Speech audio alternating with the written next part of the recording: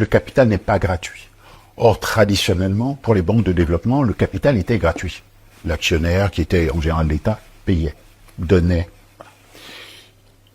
Et les partenaires internationaux donnaient. Or, aujourd'hui, vous le voyez bien, ce monde-là, il a complètement changé. Pour ne pas dire qu'il est mort. Aujourd'hui, le contribuable occidental, et je ne lui en veux pas, le contribuable occidental est pris de fatigue, il ne veut plus donner, pour des raisons qui lui appartiennent et que je comprends parfaitement.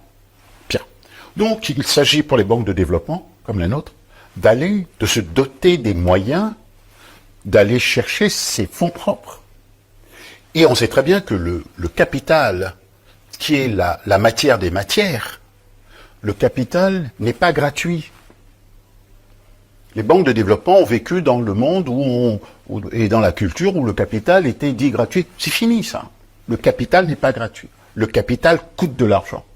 Donc nous devons mettre en place toutes les voies et moyens, utiliser toutes les techniques possibles pour aller chercher ce capital, trouver les techniques pour qu'il nous coûte le moins cher possible, mais c'est ça la vraie vie. Donc, on passe d'un monde où le capital est gratuit à un monde où le capital ne l'est plus, et vous voyez bien, les banques de développement, c'est pour ça que je vous dis, on était un peu au milieu du gué, là, les banques de développement, sans être des banques de marché ou les banques d'investissement, doivent s'adapter à cette donne moderne, exigeante, du blended finance, de toutes les techniques de marché, de titrisation, et dans les titrisations, vous avez alors tous les acronymes possibles, hein, les CMBS, les RMBS, tout ce que vous voulez.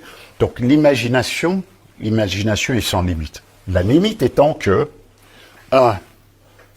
nous ne payons pas de dividendes à l'actionnaire. On ne paye pas de dividendes à l'actionnaire, ce qui fait que notre ratio d'adéquation des fonds propres comparé à une banque d'investissement est très faible, est beaucoup plus faible.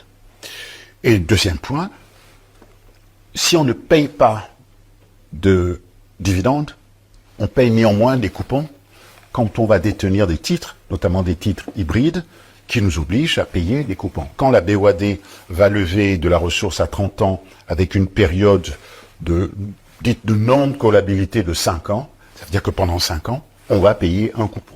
Mais c'est la contrepartie du fait que notre actionnariat ne change pas, notre gouvernance ne change pas, le Conseil des ministres, la conférence des chefs d'État et bien évidemment et le Conseil d'administration font toujours partie de notre gouvernance. Ça ne change pas. Mais on a néanmoins besoin d'aller chercher tous les produits dont le contenu en capital est le plus élevé. C'est ça la banque moderne. Et n'oubliez jamais que dans banque de développement, il y a certes développement, mais il y a banque. Il y a banque. Et les banques de développement ne sont pas des banques, ne sont pas des sous-banques, ce sont des banques modernes, avec un capital humain moderne, technique, très international, et au fait de toutes les techniques d'innovation et de toutes les techniques